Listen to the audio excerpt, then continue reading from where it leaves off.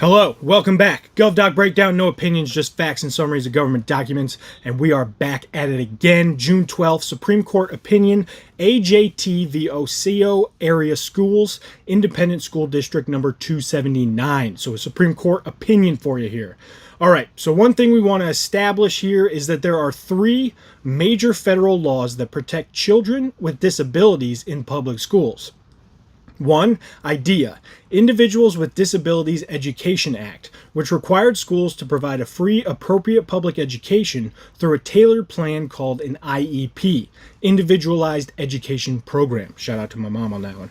Section 504 of the Rehabilitation Act is number 2, which prohibits discrimination based on disability in federally funded programs. And number 3, ADA, Americans with Disabilities Act, specifically Title II, which bars discrimination based on disability by public entities, including public schools. While the IDEA focuses specifically on education, Section 504 and ADA are broader civil rights laws. So obviously this case is going to involve these laws, or I wouldn't have pointed them out. So onto the case. A.J.T. is a teenage girl with a severe form of epilepsy, and her condition prevents her from attending school in the morning, but she can learn in the afternoons and evenings. When A.J.T. moved to Minnesota in 2015, her new school district, Osseo Area Schools, refused to include evening learning in her educational plan. From 2015 to 2018, A.J.T. was given about 4.25 hours of schooling compared to 6.5 hours of schooling per day for other students. Her parents then, thusly, filed a complaint under IDEA when the public school planned to reduce her time even further, arguing she wasn't getting the education she was legally entitled to. A state judge agreed, saying the school violated IDEA and ordered the school to provide evening instruction and compensatory education, basically make-up education for the time that she was not given.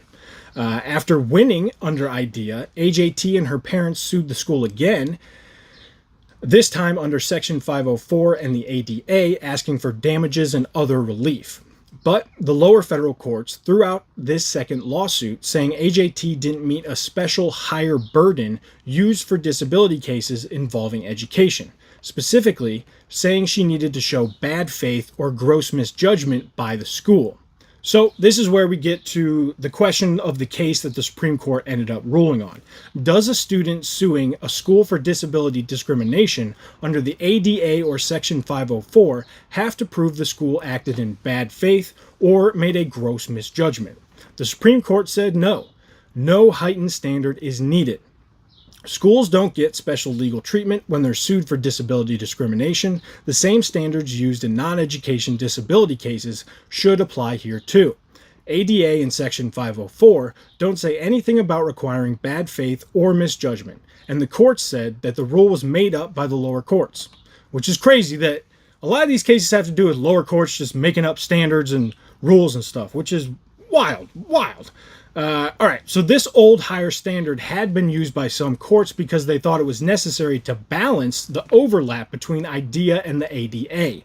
But the Supreme Court here is saying that that logic does not hold up, especially since Congress rejected that approach when it revised the IDEA law in the 1980s.